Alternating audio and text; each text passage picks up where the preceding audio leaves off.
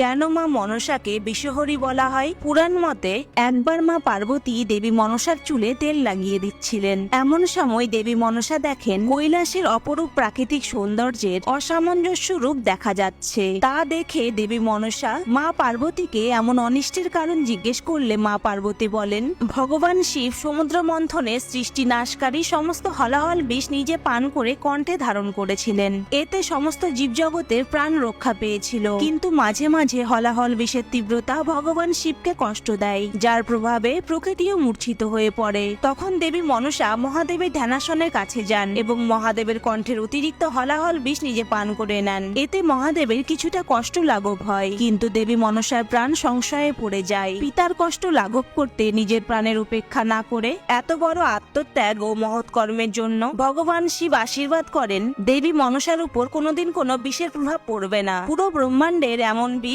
যেটি কেবলমাত্র ভগবান শিব ছাড়া আর কেউ ধারণ করতে পারেননি, সেই বিষ মা মনসা গ্রহণ করেছিলেন। তাই ব্রহ্মা বরদান দেন, আজ থেকে দেবী মনসা দেবী বিষহরী রূপে পূজিত হবেন। কেন মা মনসা কৈলাসে থাকতে পারেননি? এক পৌরাণিক কাহিনী থেকে জানা যায়, ভগবান শিবের কন্যা মা মনসার জন্ম বিশেষ উদ্দেশ্যে হয়েছিল। সমগ্র ব্রহ্মাণ্ডকে বাঁচাতে পুরো হলাহল বিষ নিজে পান করায় ভগবান শিবের কণ্ঠে প্রচন্ড পীড়া ও যন্ত্রণা অনুভূত হতো। ভগবান শিবের এই কষ্ট লাঘব করার ক্ষমতা ভগবান শিবেরই অংশে জন্মানো দেবী মনসার পক্ষেই সম্ভব ছিল। তাই তিনি নিজের প্রাণের চিন্তা না করে মহাদেবের কণ্ঠের অতিরিক্ত হলাহল বিষ পান করেছিলেন। এত বড় আত্মত্যাগেও মা মনসাকে কৈলাসে থাকতে দেওয়া হয়নি, কারণ পাণ্ডবদের বংশধর পরীক্ষিতের মৃত্যু তক্ষক নাগের দংশনে ঘটলে পরীক্ষিতের পুত্র জন্মেজয় পৃথিবীর সমস্ত নাগজাতিকে ধ্বংস করার জন্য ভয়ঙ্কর সর্ববিনাশক যজ্ঞের আয়োজন করেছিলেন। একমাত্র দেবী মনসা ও ঋষি জরৎকারুর পুত্র আস্তিকের দ্বারাই এই যজ্ঞ বন্ধ করা সম্ভব ছিল। তাই মহাদেবের নির্দেশে মা মনসাকে কৈলাস ত্যাগ করে মর্তে এসে জরৎকারু মুনিকে প্রতিরূপে পাওয়ার জন্য কঠোর তপস্যা করতে হয়েছিল। এরপর তাদের বিবাহের পর তাদের পুত্র আস্তিকের দ্বারা সমগ্র পৃথিবীর নাগজাতির প্রাণ রক্ষিত হয়েছিল।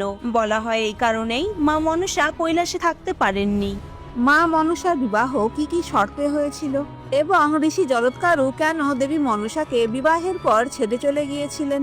এক পৌরাণিক কাহিনী মতে ঋষি জরৎকারু আজীবন ব্রহ্মচারী থেকে ঈশ্বরের প্রতি ভক্তি ও সাধনায় বাকি জীবন অতিবাহিত করার সংকল্প নিয়েছিলেন, কিন্তু ভবিতব্য ছিল মহাদেব কন্যা মনসা ও ঋষি জরৎকারুর পুত্র আস্তিকের দ্বারা ভবিষ্যতে এক মহৎ উদ্দেশ্য সাধিত হবে।